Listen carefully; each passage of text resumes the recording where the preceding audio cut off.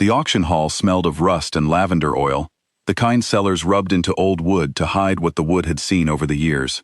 Wren stood on the platform in the center of the room, and she did not look down at the crowd. She had learned long ago that looking down only made men more interested. She was the last Omega in the kingdom. Everyone knew the phrase. It had followed her since she was 12 years old, since a sickness swept through the Omega villages and left almost no one behind. After that, men in fine coats had started looking at her the way they looked at gold coins they had not yet spent. She did not cry.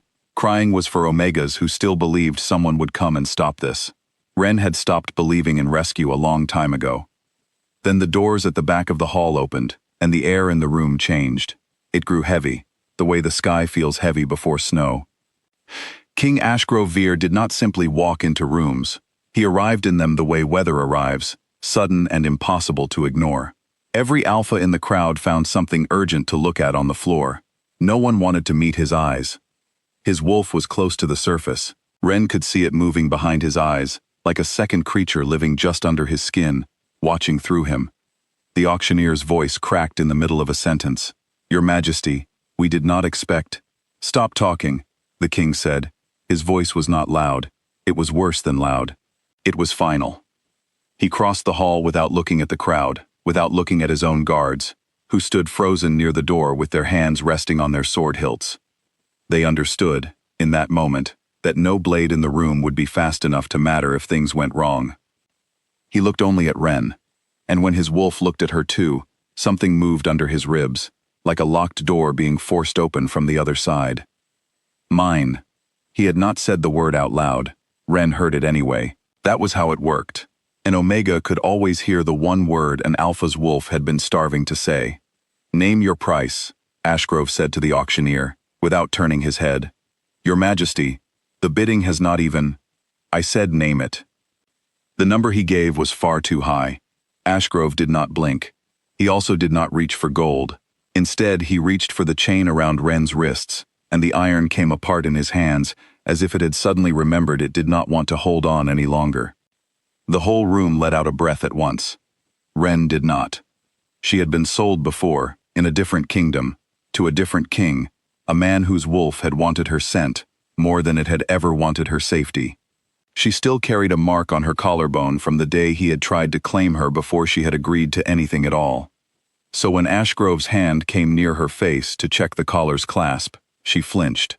He stopped an inch away and held perfectly still. "You are not mine yet," he said, quiet enough that only she could hear him. "You are a person the crown just bought out of a market that should never have existed. Those are two very different things, and I intend to keep them different until you tell me otherwise." His wolf did not agree with him.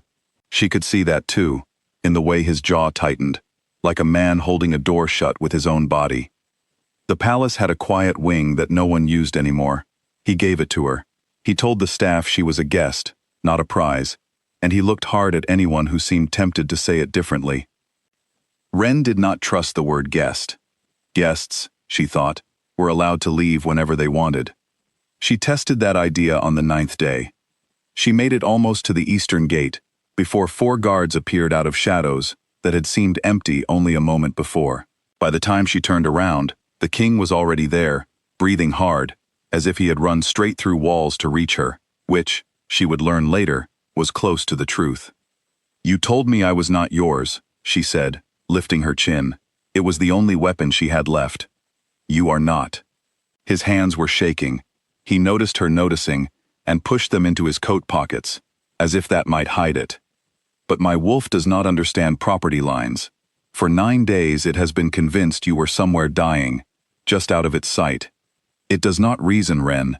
It only reacts." "That is not my problem." "No," he agreed, and something raw crossed his face. "It is mine. I am sorry you are carrying the weight of it anyway." That was the wrong thing to say, because it was also the right thing to say, and Wren had built her entire life around the idea that men were never right.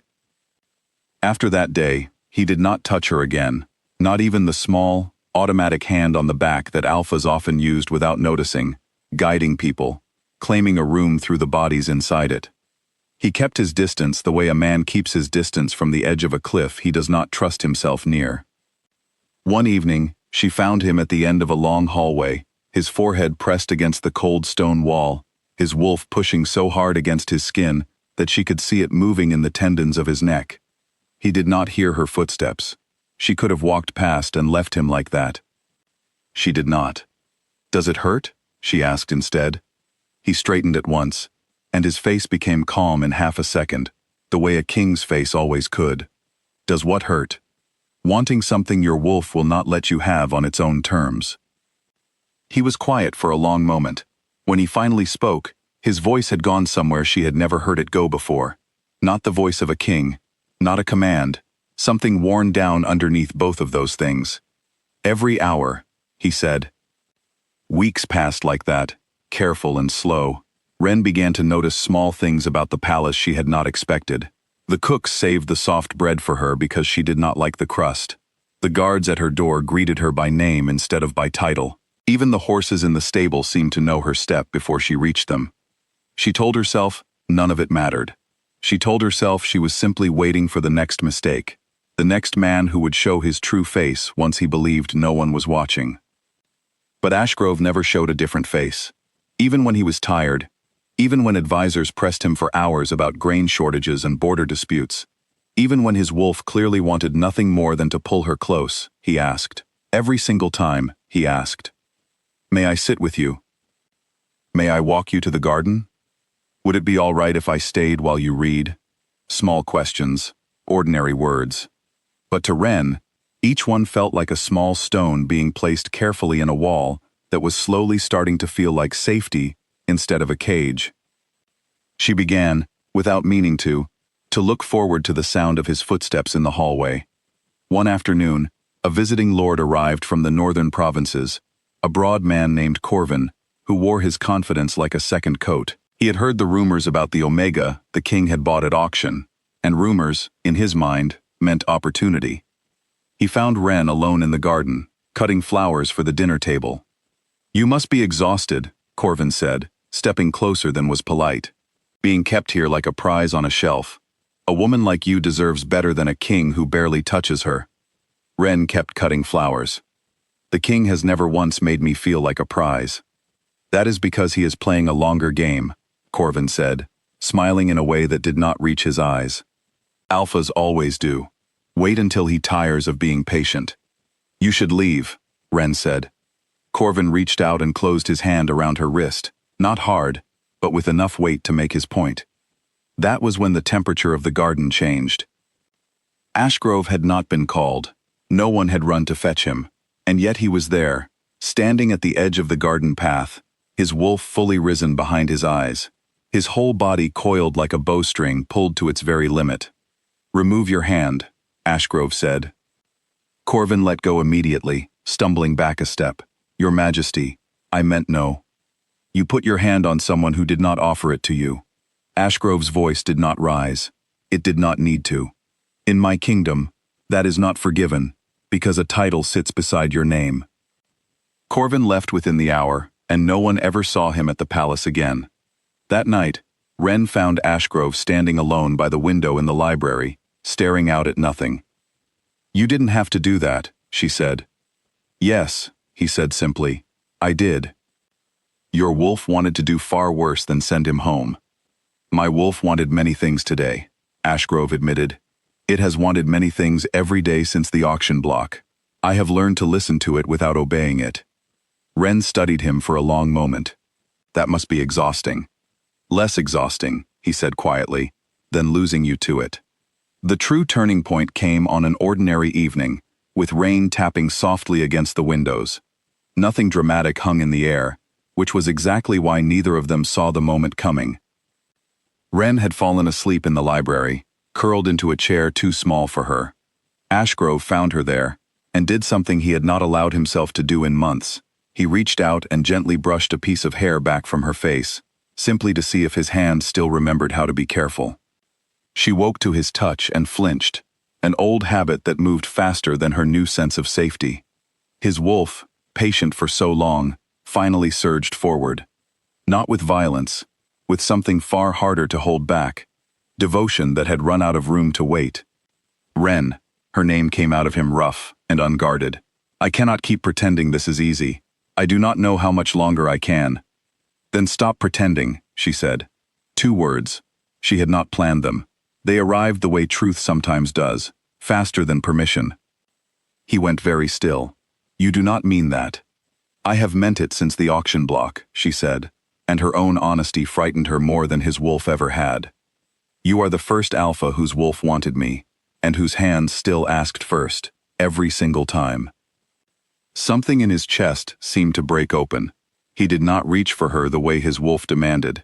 Instead, he knelt in front of her chair, so their eyes were level, so that nothing about this moment could ever be mistaken for a king simply taking what he wanted. Say it again, he said softly. Slower, I want to hear you mean it twice. She did. For the first time since she had stepped onto that auction block, his wolf finally settled, calm and quiet, as if it had been holding its breath for months, and had only now been allowed to let it go. In the months that followed, the kingdom began to change in ways the people noticed, even if they did not know the full story behind it. The old law that allowed omegas to be sold at market was rewritten before the year was over. The auction house that had once held Ren on its platform was closed within 2 years, and later turned into a school for children from every village, Omega and Alpha alike. History books would later say, the change came from careful policy and wise counsel. Ren always smiled a little when she heard that version of events. She knew the truth. It was never simply policy. It was one king, kneeling in a quiet library on an ordinary rainy night, waiting patiently to be let in, instead of taking the door off its hinges. And it was one Omega, the very last one the old world had tried to claim, who finally chose to open that door herself.